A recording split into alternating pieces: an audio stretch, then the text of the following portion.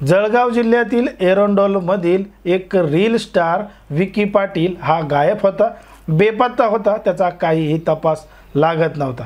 पण मात्र 2 दिवसापूर्वी विकी पाटीलच्या वडिलांनी जेव्हा आत्महत्या केली, गळफास लावून आत्महत्या केली, त्यानंतर त्यांनी लिहिलेली एक चिठ्ठी त्या ठिकाणी सापडली आणि त्या चिठ्ठीमध्ये लिहिलेलं होतं की त्यांनीच त्यांच्या मुलाला ठार केला आहे आणि एका शेततळ्यामध्ये सुद्धा नेऊन पुरलेला आहे। आता पोलिसांनी त्या चिठ्ठीच्या आधारे जेव्हा या संपूर्ण प्रकरणाचा तपास केला तेव्हा खरंच त्या ठिकाणी रील स्टार विकी पाटीलचा मृतदेह सुद्धा सापडला। आता मृतदेह सापडल्यानंतर परिसरामध्ये आणि संपूर्ण जिल्ह्याभरामध्ये एकच खळबळ पसरलेली होती। नेमकं त्याला का आणि कोणी मारलं होतं हाच प्रश्न त्या ठिकाणी निर्माण झालेला होता।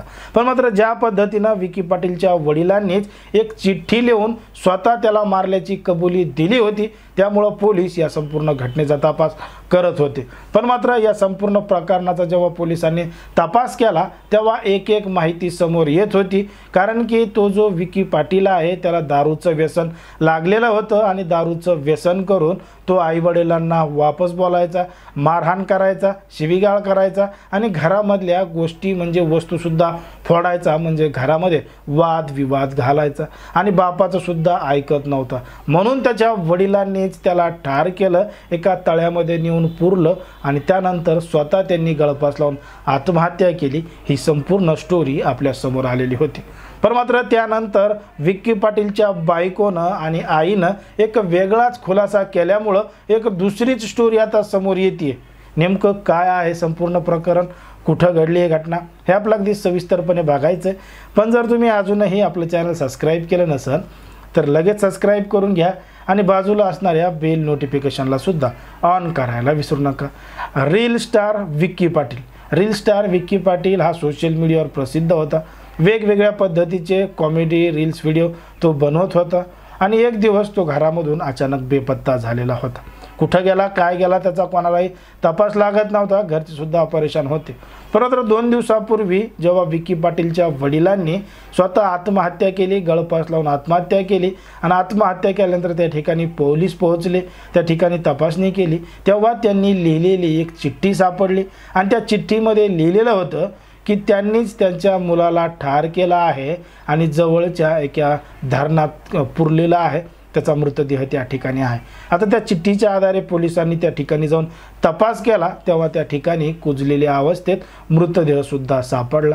आता मृतदेह सापडलेला होता, इकडं चिठ्ठी सापडलेली होती। पोलीस या संपूर्ण प्रकरणाचा तपास करत होते। मग जेव्हा जो मृत्युमुखी पडलेला जो विकी पाटील आहे त्याच्या आईची चौकशी केली, त्यांना माहिती विचारली, तेव्हा त्याच्या आईनं सांगितलं की तिच्या नवऱ्यानंच त्यांच्या मुलाला ठार केलेला आहे, कारण की तो त्या मोठ्या प्रमाणात परेशान करत होता, दारू पिऊन येत होता, घरामध्ये भांडण करत होता, घरातल्या वस्तूसुद्धा फोडत होता, फेकी देत होता, त्याला मोठ्या प्रमाणात वैतागलेलं होतं।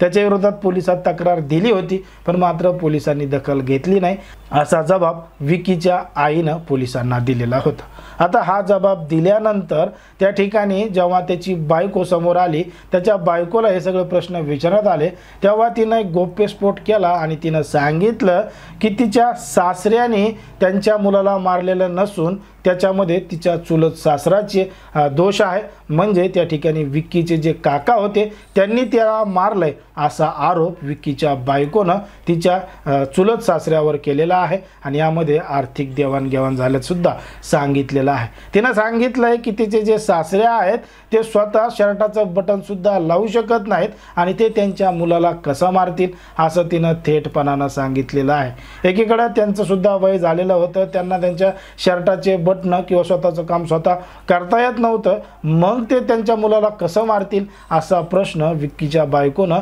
निर्माण केल्यामुळं ते जे चुलत सासरे आहेत आणि त्यांच्या संग जे खड्डा करून पुरणारे होते त्यांच्यासह 3 जणांना पोलिसांनी ताब्यात घेतलं। या संपूर्ण प्रकरणाचा तपास पोलीस करत आहेत। एकीकडे विकीची बायको ही तिच्या निर्णयावर ठाम आहे, तर दुसरीकडं विक्कीची आई ही त्यांच्या निर्णयावर ठाम आहे. ती सांगते की ती लिहिलेली चिठ्ठी तिच्याच नवऱ्यांनी लिहिलेली आहे. या दोघीही आपापल्या मान्यावर ठाम आहेत आणि या संपूर्ण प्रकरणाचा सखोल तपास पोलीस करत आहेत. पण मात्र ज्या पद्धतीनं हे संपूर्ण प्रकरण घडलं आहे त्यामध्ये अजून नेमकं काय काय दडलेलं आहे हे आपल्या समोर काही दिवसातच येईल. पण मात्र ज्या पद्धतीने हे संपूर्ण प्रकरण घडलं आहे त्याच्यावर तुम्हाला काय वाटतं हे अगदी स्पष्टपणे सांगा. कारण की कोणाच्याही भावना दुखवणं, कोणाचंही मन दुखवणं हा आपला उद्देश नाही. समाजामध्ये जे घडतंय तेच सांगण्याचं काम आपण या ठिकाणी करत असतो.